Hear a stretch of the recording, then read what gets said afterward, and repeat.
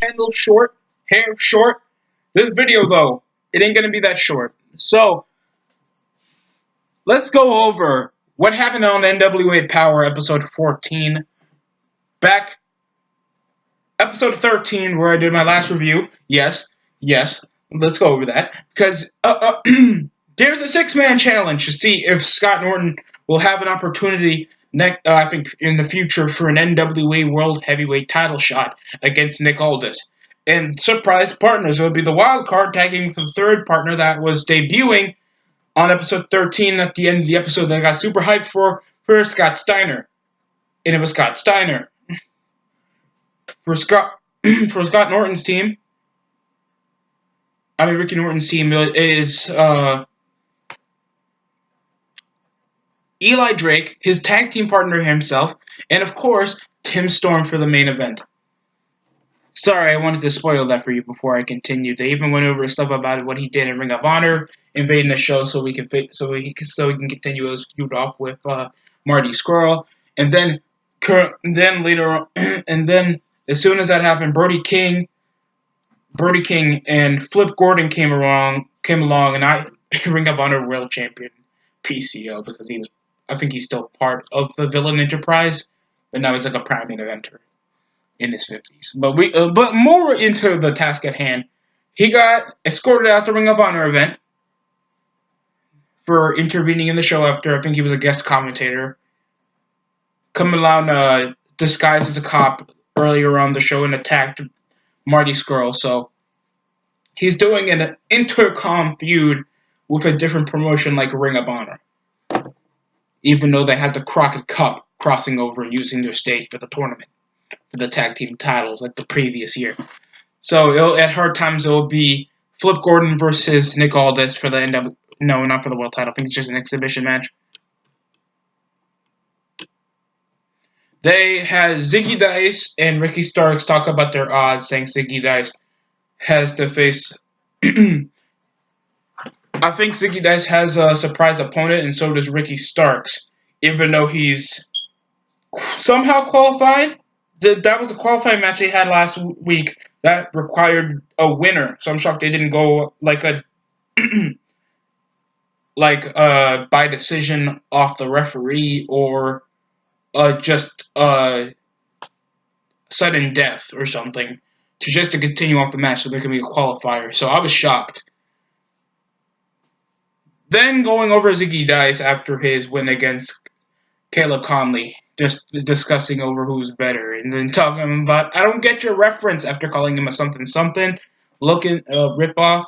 I didn't get the reference as well, but at least it was something so it can make Ricky Starks feel like he has a character of a flamboyant trash talker. For most of Power, no disrespect, I thought he was gay. So, screw me, right? Oh, God. I have problems. So, yeah, it goes into that notion that these guys may be going to fight even though they're in different blocks. But maybe next week they're going to have a match, even though our times is just this week. So, episode 15 is supposed to be this week. So, yeah.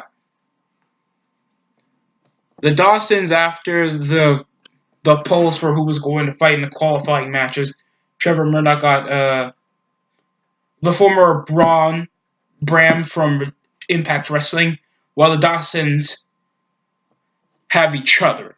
So that was a surprise. Both these guys had a decent match, selling over the cast. Zane Dawson actually doing a bit of regular selling. Basic. These guys showed that these guys were equally matched on almost everything except when the brothers had an injury that Zane Dawson took advantage of. So, ended over a sucker punch surprise. The biggest part of the match, I think, was elbow drop. Really, it's only 6-minute limits. There's not much to call other than there was like one decent strategy into the match, except one surprise happens and it ends up with a sucker punch off the cast for the 3 count. Zane Dawson advances. The younger brother that was constantly chanted over the course of the show. Of the course of the match. Guess who won? Who had the underdog? Who had the most and the disadvantage? Younger brother, and had an injury that Pun or not, handicapped him in the most of the show. So that was a surprise. Decent match, forgettable. Melina faced off against a girl that looked just like Alicia Vox. Wow, what a name. Alicia Vox had a match against Melina, and Melina is supposed to be facing off against the NWA Women's Champion out of out of out of Eliza Kay. So for the hard times, and they issued her match next week. So this week is supposed to be her match. So yeah, I don't know most of the build up. I don't know much about the team because I barely saw Melina. I've been seeing most of the other female that was supposed to be put into Thunder Rosa for a majority of the show. So I don't know what kind of conflict she has. I know she's trying to target the women's title if that wasn't apparent into their boring match. Alicia Fox can't wrestle. Alicia Fox can't wrestle at all. I gotta make sure I don't confuse her with Alicia Fox from WWE. I don't even know if she's still there. I haven't seen her in like a year now.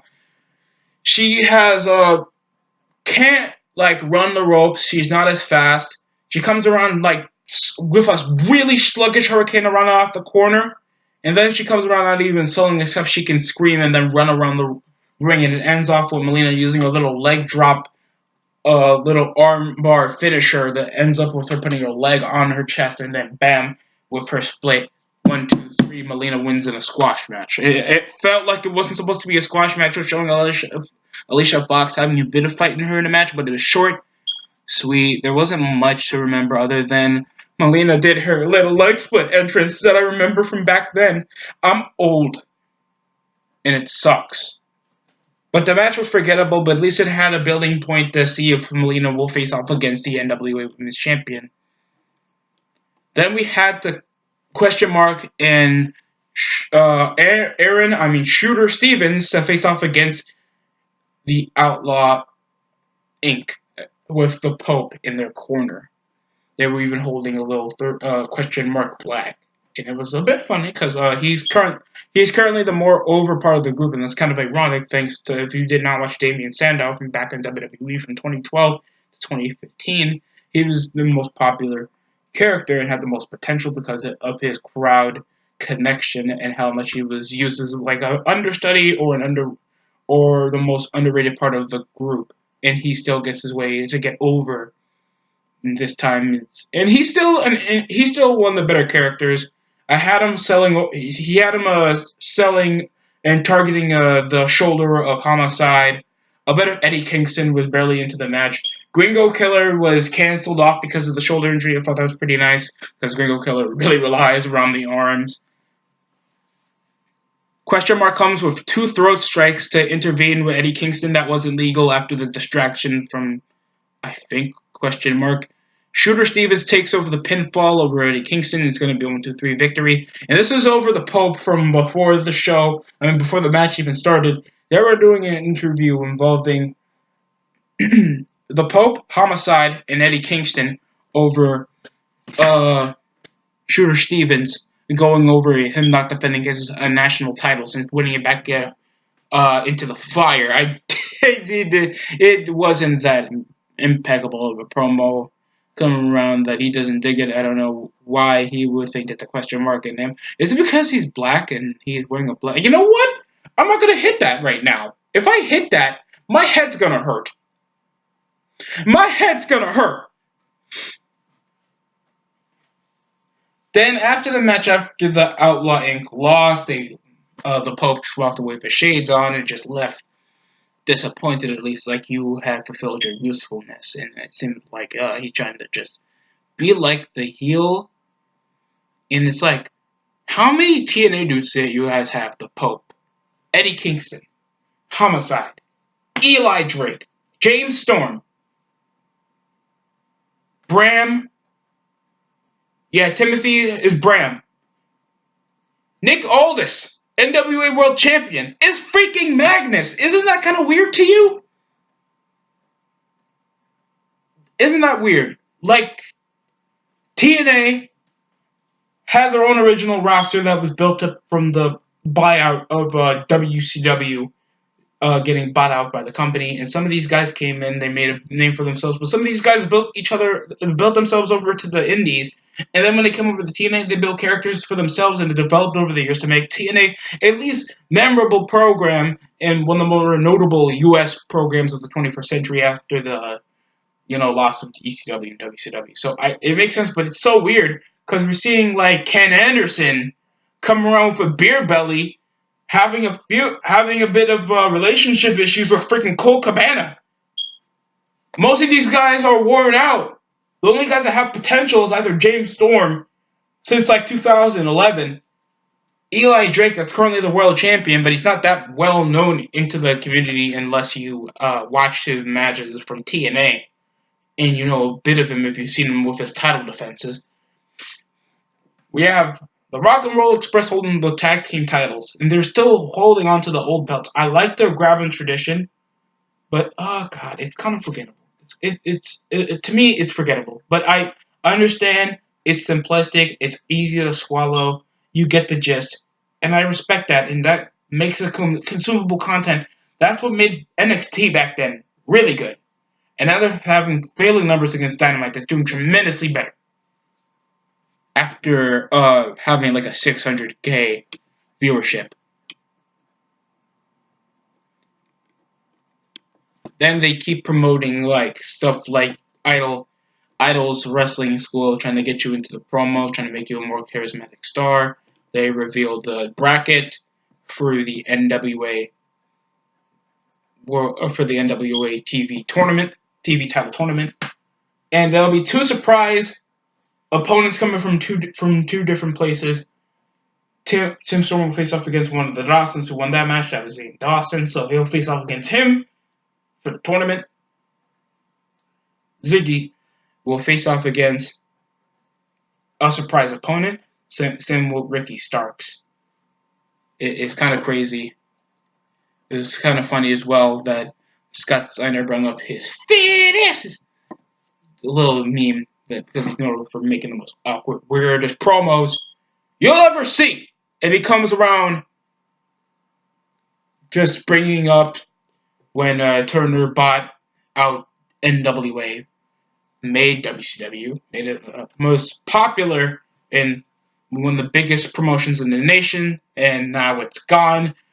Steiner is bald, and his tits look weird, coming around with tattoos all around his body, even though he's pushing 50. I don't get it.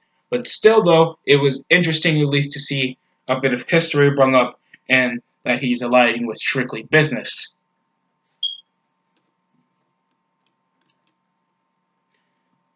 But the main event, though, it was strictly business in the six-man tag with Scott Steiner, his third partner, against Robert Gibson, Tim Storm, and of course Eli Drake.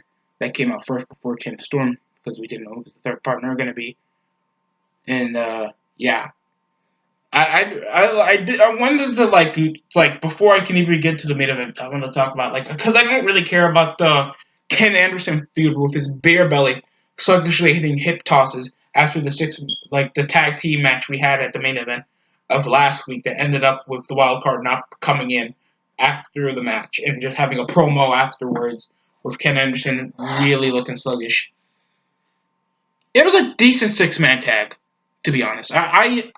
For me, I'm against like older talent like getting these feuds up because it doesn't make sense that Morton gets a shot, gets an opportunity at least out of this, so he can face off against a world champion that should be facing off against a guy more promising, like James Storm, Eli Drake.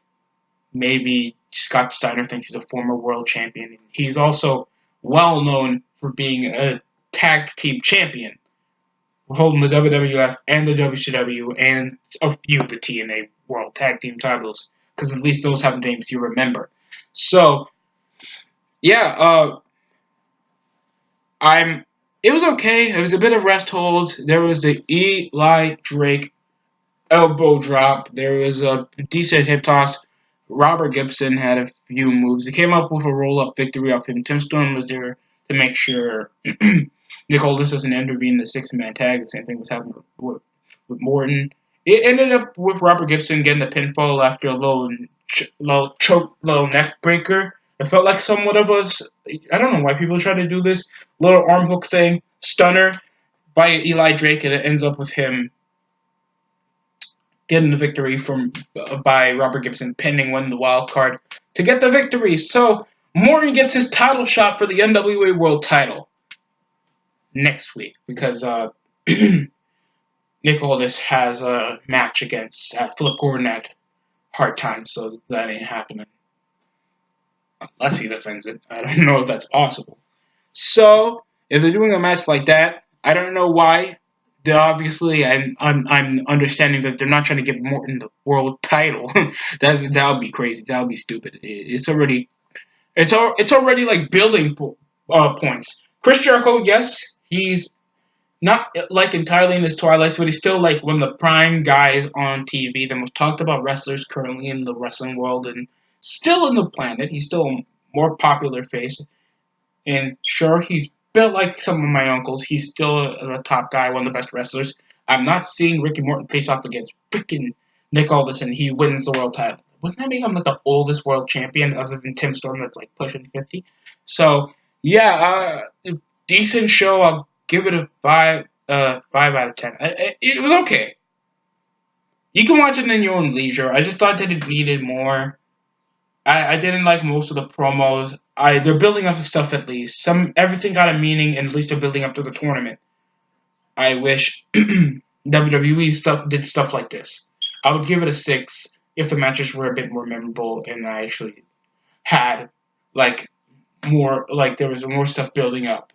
But they still have a week left, so episode 15 is on the way. Hopefully, NWA Power gets ready for that until Friday. So that's coming from the DST show. Thank you for watching my NWA Power review. Join the DST Nation, subscribe, share with your friends, and you know the rest. Thank you for watching.